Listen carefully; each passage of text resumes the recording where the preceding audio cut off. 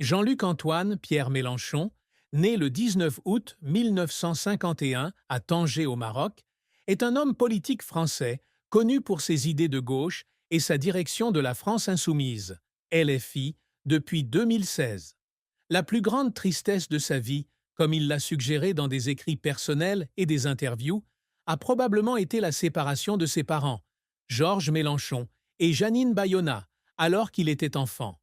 Dans L'Air du peuple, 2014, il raconte le départ de sa famille du Maroc vers la France en 1962, alors qu'il avait 11 ans, suite au divorce de ses parents.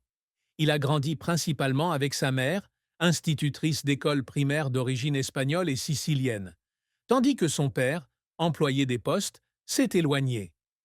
Je n'ai jamais vraiment compris mon père, confiait-il dans une interview accordée à France Inter en 2017. Cette séparation m'a laissé un vide. Cette tristesse était aggravée par le passé immigré de sa famille, pied noir, français d'origine algérienne, et par les difficultés financières de sa mère, qu'il élevait seul en Normandie et dans le Jura. Une autre déception fut sa défaite aux élections présidentielles françaises de 2012, 2017 et 2022, notamment en 2022, où il n'était qu'à 1,2 point du second tour, avec 21,95% des voix, selon les résultats de France 24. Il confiait au Figaro en 2022. Je me suis battu toute ma vie pour changer ce pays, mais à chaque fois, je vois mon rêve brisé. Cet échec n'est pas seulement personnel, mais il est également douloureux de voir les politiques auxquelles il s'est opposé, comme le néolibéralisme et l'austérité, continuer à dominer la France. De plus, les controverses qui l'entourent, telles que les accusations d'antisémitisme ou de sentiments pro-russes, bien qu'il les ait niées, l'ont également profondément blessé.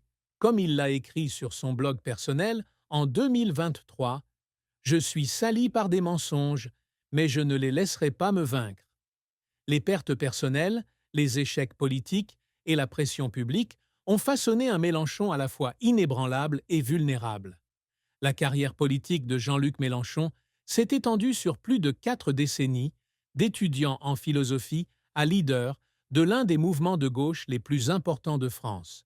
Il débute comme enseignant après avoir obtenu son diplôme de philosophie à l'Université de Franche-Comté en 1972 et un certificat CAPS.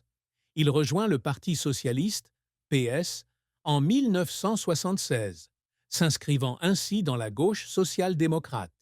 Ses premiers succès surviennent lorsqu'il est élu conseiller municipal de Massy en 1983, puis conseiller de l'Essonne en 1985.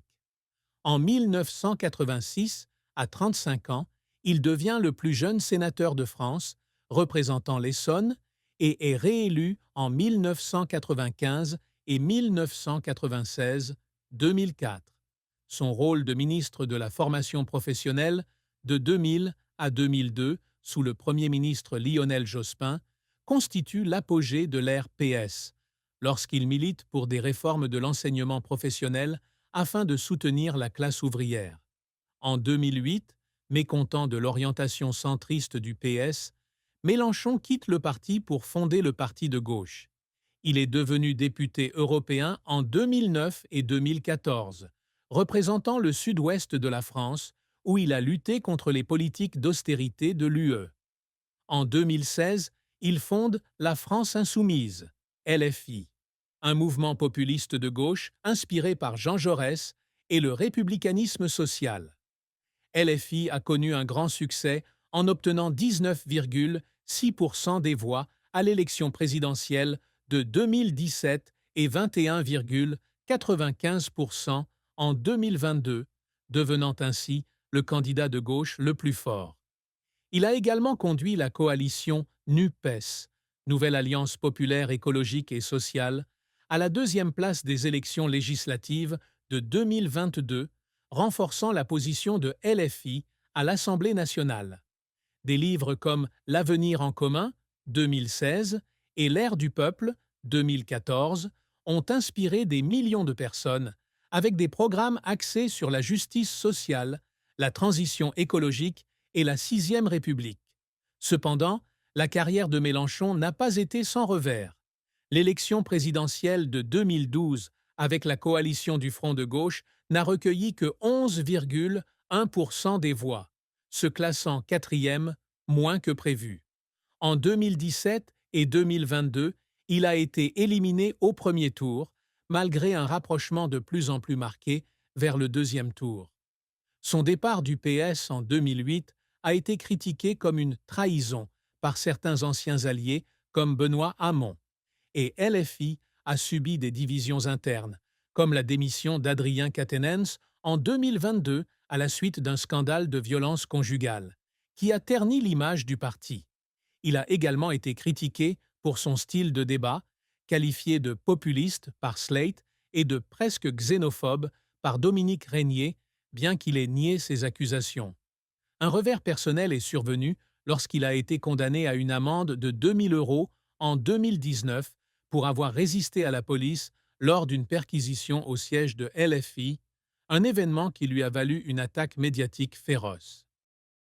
Les efforts de Mélenchon s'accompagnent souvent d'une émotion intense. Il a pleuré lors d'un discours à Marseille en 2017, faisant référence aux travailleurs laissés pour compte par la mondialisation, comme le souligne Le Monde. Il fut ému en écrivant L'Avenir en commun, car il ressentait une grande responsabilité envers le peuple français. Lors d'un débat en direct sur TF1 en 2022, il était presque ému aux larmes en évoquant la pauvreté infantile, un sujet qu'il a toujours mis en avant. Ces moments montrent son dévouement, mais aussi la pression de porter sur ses épaules le rêve de changer la société. Mélenchon ne veut pas seulement réussir en politique, il veut changer fondamentalement la société française et le monde. L'une de ses plus grandes réussites fut d'établir une sixième république, remplaçant le régime actuel par une constitution plus démocratique qui donnerait le pouvoir directement au peuple. Le programme L'Avenir en commun, qui propose d'augmenter le salaire minimum, d'abaisser l'âge de la retraite à 60 ans et de taxer les riches, a été salué par des organisations comme Action contre la faim pour son engagement fort en faveur de la justice sociale.